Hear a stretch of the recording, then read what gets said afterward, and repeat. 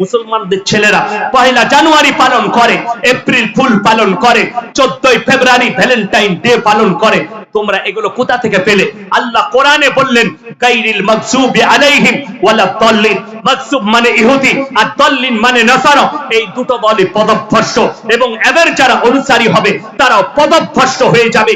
আপনার ছেলে যদি পহেলা জানুয়ারি পালন করে, আল্লাহর কসম পদভ্রষ্ট। আপনার ছেলে যদি এপ্রিল ফুল পালন করে, আপনার ছেলে মেয়ে পদভ্রষ্ট। আপনার ছেলে যদি 14ই ফেব্রুয়ারি ভ্যালেন্টাইন ডে, আমরা বলিনি, ভারতের যতগুলো অনলাইন সংস্থা আছে, পশ্চিম বাংলার অনলাইন সংস্থারা বলছে, তারা রিপোর্ট দিয়েছে সরকারকে, একদিনে খালি 14ই ফেব্রুয়ারি গোটা পশ্চিম বাংলা জুড়ে 7 লাখ খালি নিরোধ বিক্রি হয়েছে কন্ডম। সেটা কিনেছে কারা? বেশিরভাগ যুবক আর যুবতীরা কিনেছে। সেখানে বেশিরভাগ কিনেছে স্কুল কলেজের পড়ুয়ারা, নিজেদের জীবনকে পণ্য করার জন্য তারা ব্যভিচারে লিপ্ত হয়ে। আমার ভাই, আপনাদের জানা নেই, সব থেকে বড় পশ্চিম বাংলার বিষাক্ত ভাইরাস ছড়িয়েছে মুর্শিদাবাদে। এই ভাইরাস আমার বর্ধমান জেলাতেও নেই অতটা যতটা ছড়িয়েছে মুর্শিদাবাদে। সেটার নাম হচ্ছে সমকামী। সেই সমকামী ছড়িয়েছে মুর্শিদাবাদের মাটিতে। আমি মুর্শিদাবাদের কলেজ ইউনিভার্সিটি ছেলে মেয়েদিকে বলতে চাই, তুমি যদি মনে করো এই মৌলবীর কথা বিশ্বাস করবে না, করো না। ইসলামের ইতিহাস গুলো তোমার জানা মতো কোনো মৌলবীকে জিজ্ঞেস করো, কোরআনকে স্টাডি করো। কোরআনে আল্লাহ তাআলা স্পষ্ট বলেছেন, এই পাপের কারণে আল্লাহ তাআলা একটা নবীর কওমকে রুটির মতো পাল্টিয়েছেন। সেই নবীর নাম হচ্ছে হযরতে লূত নবী। এই পাপের কারণে তার কওমকে ধ্বংস করে দিয়েছেন, তার বিবিকে জাহান্নামী ঘোষণা করে দিয়েছেন। আল্লাহর কসম, হে আবার যুবক যুবতীরা যারা সমকামিতায় লিপ্ত আছো, তারা ইস্তেগফার করো, তারা কালমা পড়ে নাও, তারা আল্লাহর কাছে কাঁদো আর ইস্তেগফার করে ফিরে এসো। তা না হলে শোনো, হযরতে লূত নবীর বিবি জাহান্নামী, আল্লাহ লাকির টেনে দিয়েছেন, এটা আর তার নবীরা, সেই নবীরা ফিরাতে পারবে না। হযরতে নূহ নবীর বিবি জাহান্নামী, আল্লাহ কোরআনে লাকির টেনে দিয়েছেন, এটা আর ফিরবে না। তারা নবী হওয়ার পরেও তাদের বিবিদিকে আর জান্নাতে নিয়ে যেতে পারবে না। আল্লাহ জাহান্নামী ঘোষণা করে কোরআনে লাকির টেনে দিয়েছেন। আমার ভাই, আমার মায়েরা বোনেরা, যারা সমকামী হবে তারা জাহান্নামের উত্তর অধিকারী হবে। তোমরা মনে করো না এই তোমাদের পাপের কারণে গোটা মুর্শিদাবাদ জেলাকে গঙ্গার ভেতরে আল্লাহ ভরে দিতে পারেন? আটকাতে পারবে না। তোমাদের পাপের কারণে তোমাদের কওম, তোমার গ্রাম আল্লাহ গঙ্গার তলায় ভরে দিতে পারে। সমুদ্রের ঢেউটা একবারে মুর্শিদাবাদে মেরে টেনে ঢুকাতে পারেন। এই পাপে যারা লিপ্ত আছো, সেই যুবক যুবতীদিকে আমি অনুরোধ করে যাব, তোমরা সমকামী থেকে নিজেদিকে বাঁচাও। তোমরা এই ধরনের পাপ থেকে সরে এসো, জিনা থেকে সরে এসো। আমার আল্লাহ কোরআনে অর্ডার দিয়েছেন, ওয়ালা তাকরাবুজ জিনা ইন্নাহু কানা ফাহিশা ওয়া সাআ সাবিলা। হে আমার নবী, ব্যভিচার করা তো দূরের কথা, যে রাস্তায় ব্যভিচার হয় সেই রাস্তার পাশে যাতায়াত করো না। আমি আমার যুবকদিকে বলবো, তুমি বহরমপুরে গেলে যে রাস্তায় পতিতালয় আছে সেই রাস্তায় দরকার থাকলেও যেও না, ওই দরকার অন্য জায়গায় মিটাও। যে রাস্তায় ব্যভিচার হয় সেই রাস্তায় যেও না। আমি দাওয়াত দিয়েছি, আজকে আবার এই মিডিয়াদের মাধ্যমে দাওয়াত দিচ্ছি, সোনাগাছির যতগুলো মুসলিম পতিতালয়ের মেয়ে আছে আমি তাদেরকে দাওয়াত দিচ্ছি, তোমরা এসো আর কালমা পড়ো আর আমাদের মতো মৌলবীর সঙ্গে যোগাযোগ করো। আমরা তোমাদের ভালো হালাল স্বামীর ব্যবস্থা করে দেবো, হালাল লুচির ব্যবস্থা আমার আল্লাহ করে দিবেন। তোমরা ওই জায়গা থেকে পতিতালয় থেকে সরে এসো। যারা বর্তমান আর বহরমপুর আর আমাদের পশ্চিম বাংলার নয়, ভারতবর্ষের যতগুলো পতিতালয় আছে, সোনাগাছি থেকে আসানসোলের নিয়ামতপুর, নিয়ামতপুর থেকে বর্তমানের মহাজনটলি, ওখান থেকে বহরমপুরের যতগুলো নিষিদ্ধ পল্লীর মেয়ে আছে, যারা মুসলিম মা আছেন, মুসলিম বোন আছেন, আমি তাদেরকে অনুরোধ করব, এই পাপ থেকে নিজেদেরকে বার করে নিয়ে এসো। তা না হলে তোমরা জাহান্নামের সব থেকে দামি স্থলে চলবে। তোমাদেরকে আল্লাহ এমন আগুনে নিক্ষেপ করবে, আল্লাহর কসম, তোমরা জান্নাতের খুশবু পর্যন্ত পাবে না এই ব্যভিচারের কারণে। তা না হলে আল্লাহ যে যৌবনটা দিয়েছে, পুরুষরা শোনো, আল্লাহ যে যৌবন দিয়েছে, এই যৌবনটা তোমার স্ত্রীর জন্য আমানত, এই যৌবনটা তোমার বিবির জন্য আমানত। যারা অন্য জায়গায় খরচ করবে তাদের কাছে আমার আল্লাহ হিসেব নেবেন এবং কঠিন শাস্তি দেবেন। ওই জন্য অনুরোধ করব, প্রত্যেকটা ভাই, প্রত্যেকটা মা বোন, নিজেদের ইজ্জতের হেফাজত করুন। জোরে বলুন ইনশাআল্লাহ। আমার আল্লাহ কোরআনে বলেছে, হে আমার নবী, তাদেরকে বলো তারা যেন নিজেদের লজ্জা স্থানের রক্ষণাবেক্ষণ করে, তারা যেন নিজেদের ইজ্জতের হেফাজত করে। এই লজ্জা স্থানের যারা হেফাজত করতে পেরেছে, আর বিবির জন্য আমানত করে রেখে দিতে পেরেছে, সেই ছেলেরা মুমিন হবে। জোরে বলুন সুবহানাল্লাহ। তুমি মুমিন। তোমার যদি শুনেলেন, আমি অর্ডার দিয়ে যাচ্ছি, আমি অর্ডার দিচ্ছি আপনাদিকে। অনেক মা বাপ আছে, ছেলের বয়স হয়ে যাওয়ার পরও ইনকাম নাই বলে বিয়ে দিতে চাই না, ঠিক কিনা কথা বলে? সেই মা বাপরা শুনেলেন, তার থেকে বড় অন্যায় কাজ আর কেউ করেনি। রুজির মালিক আল্লাহ। আমি যখন প্রথম ফারেক হওয়ার পরে মাদ্রাসায় লেগেছি, বর্ধমানে খাগড়াগড় কাণ্ড যেখানে ঘটেছিল, ওখানে একটা মাদ্রাসা আছে।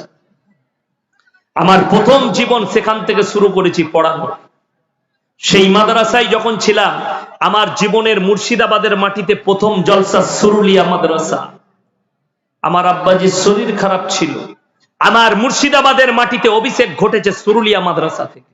আমি গর্ব করে বলছি, সুরুলিয়া মাদ্রাসায় আমার আব্বাজির শরীর খারাপ ছিল। আমার বদরুল আলম ভাই শেখুল হাদিস, উনি বললেন ইয়াসিন ভাইকে পাঠাও, ফারেক হয়ে চলে এসেছে। বললে আরে ইয়াসিন কি জলসা করবে? বললে পাঠান। আল্লাহ আমার তারা বলিয়ে নিয়েছিলেন। ওইখানে দাঁড়িয়ে আমি 15টা জলসা বুক করেছিলাম মুর্শিদাবাদের মাটিতে। সেই আমার অভিষেক ঘটেছিল ওই সুরুলিয়া মাদ্রাসা থেকে, যেটা আপনাদের গৌরব। আমার ভাই আপনাদেরকে বলি, আমি যখন মাদ্রাসায় ঢুকে আমার বেতন ছিল 2000 টাকা। কত বললাম? 2000। আমার মা আমার আব্বাজি তখনই বিয়ে দিয়েছেন, 2000 টাকা বেতন। আমি চিন্তা করলাম, আমার আব্বাজিকে বললাম যে আমি 1 বছর আগে চাকরি করি। বললেন না, রুজির মালিক আল্লাহ, তুমি বিয়ে করো। সেই দিন থেকে আজ পর্যন্ত আল্লাহ আমার রুজিতে কমি দেয়নি। জোরে বলুন সুবহানাল্লাহ। তোমার ছেলের ইনকাম নেই কিংবা পড়াশোনা করছে, উপযুক্ত বয়স হলে বিবাহ দাও। বিবাহ হচ্ছে অর্ধেকটা ঈমান। সে চোখের জিনা থেকে বেঁচে যাবে, অন্তরের জিনা থেকে বেঁচে যাবে, নফসের জিনা থেকে বাঁচবে, হাতের জিনা থেকে বাঁচবে, শারীরিক ব্যভিচার থেকে বেঁচে যাবে। বহু মানুষ ছেলের ইনকাম নাই বলে বিয়ে দিতে চাই না, আর তারা খারাপ কাজ করে ফেলে। পয়সা নাই বলে মেয়ের বিয়ে দিতে চাই না। আমার মেয়ে স্কুলে পড়ছে, এখন পড়ালেখাটা করে লে তারপরে বিয়ে দেবো। আরে হারাম কর, তোর মেয়ে জিনায় লিপ্ত হয়ে যাবে বয়স হলে। তোর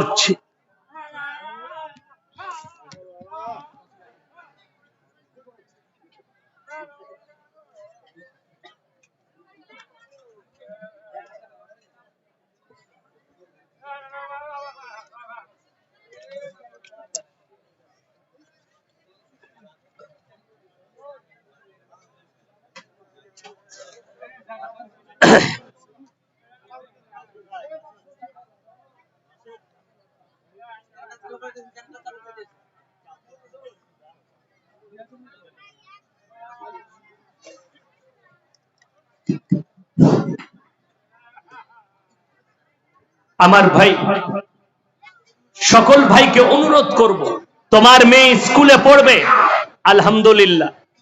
কি হলো? কোনখান থেকে? জেনারেটর থেকে? দেখুন,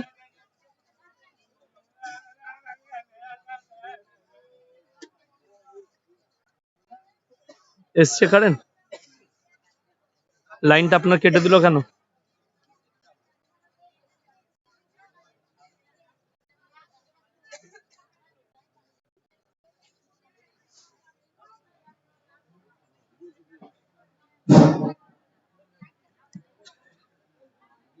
হ্যাঁ ঠিক আছে।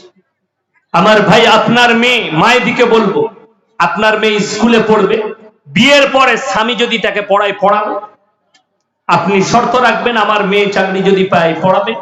কিন্তু শুনেলেন, আমি বলে যাই, আপনি ফতোয়া নেবেন, আপনার মেয়ে আপনার স্ত্রী চাকরি করতে পাবে ওই স্কুলে, যে স্কুলে অনলি ফর মেয়ে ছেলে আছে। যারা চাকরির লোভে বেটা বিটির বিয়ে দিয়েছ, যারা চাকরির লোভে বিটির বিয়ে দিয়েছিলে, তারা দেখো ইন্দুর মারা বিষ খাও।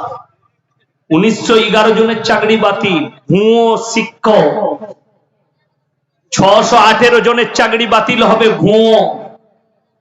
যারা জামাই চাকরিজীবী দিয়েছিলে, আরে সেদিনে দেখলাম মোবাইলে বিয়ের দিন ঠিক করেছিল, কি দেখে? মেয়ে চাকরি পেয়েছে, বিয়ে ঠিক হয়ে গেছে। ওরে বাবারে, চাকরিজীবী বউ পাবে। তারপরে শুনেছে চাকরি বাতিল, বিয়েও বাতিল। জোরে বলুন নাউজুবিল্লাহ। তারা কাকে পছন্দ করে, ভালোবাসে? টাকাকে। যারা টাকাকে মনে করেন টাকার দাম আছে, যারা টাকাকে প্রাধান্য দেন, টাকাতে সবকিছু হয়, টাকায় সুখ হয়, তারা একবার পার্থ বাবুকে গিয়ে জিজ্ঞেস করে আসুন, স্যার টাকায় কত সুখ? তোমাকে জুতো করে মারবে, বেরোবে। টাকাতে আমাকে জেলে ভরেছে, ঠিক কি না? তাকে জিজ্ঞেস করে এসো। ওই জন্য টাকায় সুখ নয়, আপনি মুমিন হন, আল্লাহ আপনাকে সুখ দেবে। জোরে বলুন সুবহানাল্লাহ। আপনি ইমানদার হন, আল্লাহ আপনাকে অল্প পয়সায় সুখ দেবে। যারা মুমিন হবে তাদের অল্প ইনকামই আল্লাহ সুখ দেবে। আপনি ডাল আলু খাবেন, সুখ পাবেন। আমরা মাদ্রাসার তালিবে ইলমরা ডাল আলু খাই, আল্লাহ তাতেই আমাদের চালিয়ে দেয়, দেয় না? দেয় না? শুনেছেন?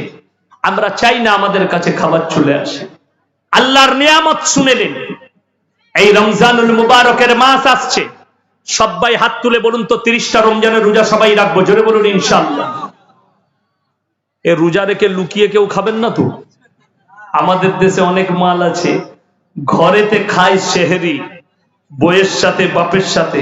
বাপ মনে করলো, ওরে বাবারে আমার বেটা একদম আব্দুল কাদের জিলানি, মাল বহরমপুরে গিয়ে লুকিয়ে গলির ভেতরে ঢুকে হোটেলে খাচ্ছে। কি বুঝলেন? মুখ পুছে চলে এলো। আর আসরের নামাজের পরে কি বুঝলেন, ইফতারি রেডি, ইফতারির দস্তরখানে বসে বাম মনে করছে এত বড় পরেজগার আর দুনিয়াতে নেই। আর ফেরেশতারা বলছে, হ্যাঁ বে, তুই যে খানা খাচ্ছিলি দুপুরে, এটা কেমন রোজদার? লুকিয়ে শুনেলেন আমার ভাই, বলে যাব। যারা মনে করেন যে আমরা পেছনে লুকিয়ে খেয়ে নেব, কেউ জানতে পারবে না, আমরা গোপনে খেয়ে নেব, লোকের সামনে রোজা রাখবো। যারা পাপ করেন আর মনে করেন আমার গোপন থাকবে, তারা শুনেলেন আমার আল্লাহ রাব্বুল আলামিন সূরা আলে ইমরান প্রথম পৃষ্ঠায় আমার আল্লাহ বললেন, ইন্নাল্লাহা লা ইয়াখফা আলাইহি শাইউন ফিল আরদি ওয়ালা ফিস সামা। হে আমার বিশ্ব নবী, পৃথিবীর মানুষকে বলো, আসমান আর জমিনের মধ্যে যা কিছু আছে, কোন জিনিসটাই আমার আল্লাহর কাছে গোপন নেই। জোরে বলুন সুবহানাল্লাহ। তোমরা অন্তরে কথা বলো, আমার আল্লাহ শুনতে পায়। তুমি মনে মনে কথা বলবে, আমার আল্লাহ শুনতে পাবে। ওই জন্য আমার ভাই, রমজানের 30টা রোজা কেউ ছাড়বেন না। জোরে বলুন ইনশাআল্লাহ। রমজানুল মুবারকের মাস আসছে, শুনেলেন বরকতপূর্ণ মাস। একটা জিনিস আল্লাহর নিয়ামত বুঝতে পারবেন আল্লাহ কতটা বরকত দেয়। রমজান মাসে আমাদের দস্তরখানে যে ইফতারি হয়, এই নাস্তা পানি অন্যান্য মাসে আমরা জোগাড় করতে পারি? কথা বলেন, হয়? হয় না। সিজদায় পড়ে কাঁদা দরকার। গত রমজানে আমার মাদ্রাসার বাবুর্চি শাহরি খেয়ে ফজরের নামাজ পড়তে এসেছি, বলে হুজুর ইফতারি কি হবে? 10-12 জন আছে। আমি বললাম ঠিক আছে, আমি আসছি জোহরের সময়। বাড়ি চলে গেলাম, আদায়ে বেরিয়ে গেলাম, মাদ্রাসা ঘুরে এলাম, আসরের নামাজ পড়লাম। বললে হুজুর নামাজের আগে উজু করে মসজিদে বসে কোরআন পড়ছি, এসে কানে কানে বললে হুজুর ইফতারি কি করব? আমি বললাম আবে নামাজটা পড় না, নামাজ হোক। বিশ্বাস করবেন না, ফজর নামাজ, আসরের ফরজ নামাজ আদায় করলাম।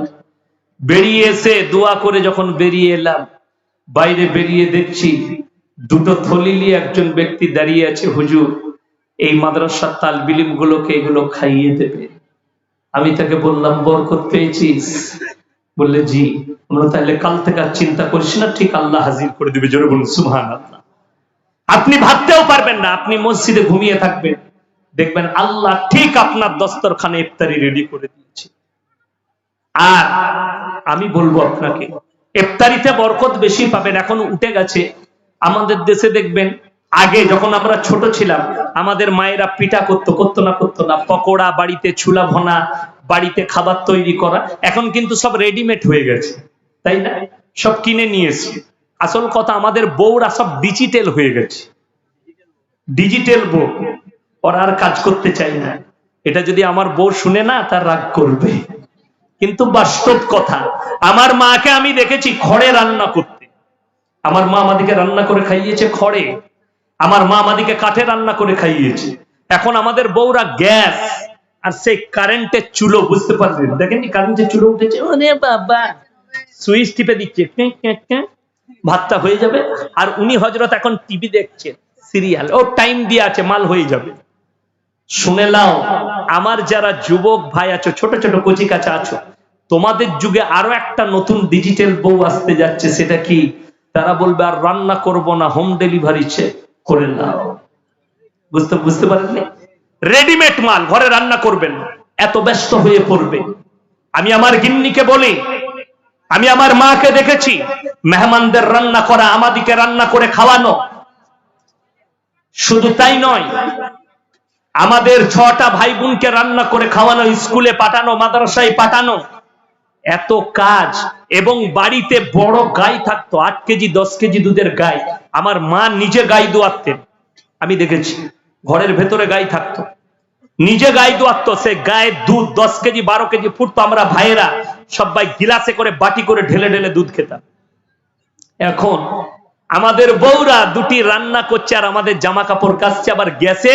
তারপরও বলছে দাঁড়াও, সময় নাই, কাজ হচ্ছে না। আমি বলবো আল্লাহু আকবার, এতটুকু কাজে এরা সময় পাচ্ছে না, তাইলে কিয়ামত কত কাজে বুঝে নাও। আরো যত কাজে আসবে, মানুষের আয়ু কমে যাবে। এখন দেখতে পাবেন 30 বছর 40 বছরের যুবকরা স্টক করছে না, করেনি। 40 বছরের যুবকরা স্টক করে দিচ্ছে। এইরকম ধরনের পাপ যত বাড়বে, তত নতুন নতুন ডিজাইনের গুনাহ আপনার কাছে, মৃত্যু আপনার কাছে হাজিরি দেবে। আমার ভাই, সবাই পরকাল নিয়ে চিন্তা করব, জোরে বলুন ইনশাআল্লাহ। মরণের পরের কথা চিন্তা করবেন, আমার কবরটা কি হবে। কবর হচ্ছে প্রথম মঞ্জিল। কোরআনে আল্লাহ তাআলা দুনিয়া সম্পর্কে মানুষকে বুঝিয়েছেন, ওয়ামাল হায়াতুদ দুনিয়া ইল্লা মাতাউল গুরুর। এই দুনিয়া তোমাদের জন্য সম্পূর্ণ ধোঁকা। কিয়ামতের একটা দিন দুনিয়ার 50,000 বছরের সমতুল্য হবে।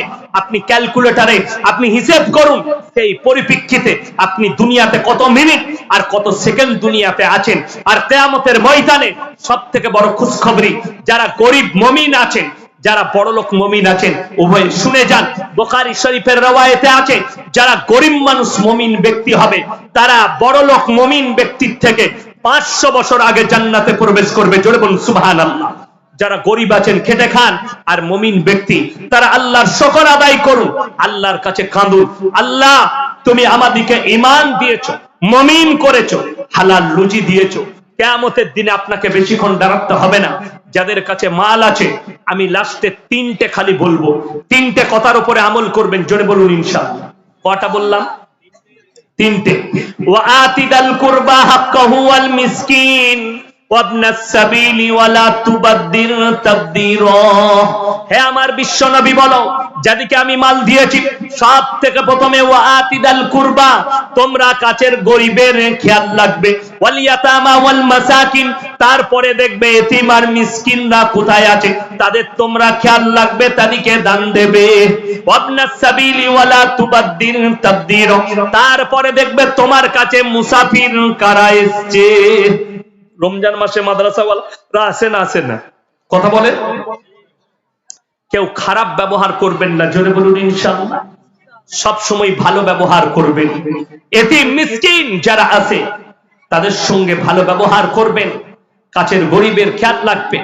আল্লাহ মাল কারে কখন? মুসলমানদের শোনো, ইন্নাল মুবাত্তিরিনা কানু ইখওয়ানাশ শায়াতিন ওয়া কানাশ শাইতানু লিরাব্বিহি কাফুরা। আর যারা অপব্যয় করে, তারা হচ্ছে শয়তানের ভাই।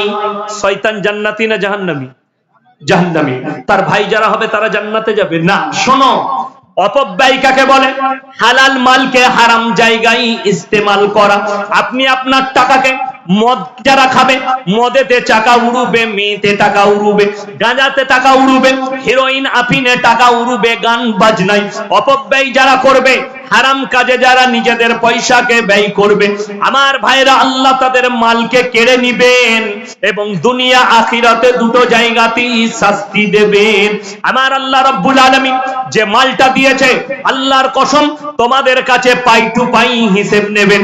যারা মনে মনে ভাবছেন যে আমরা হালাল খেয়ে হোক, হারাম খেয়ে হোক, লোকের মেরে নিয়ে হোক, আমার সন্তানকে বড় লোক করতে হবে, আমার সন্তানকে বড় লোক করব।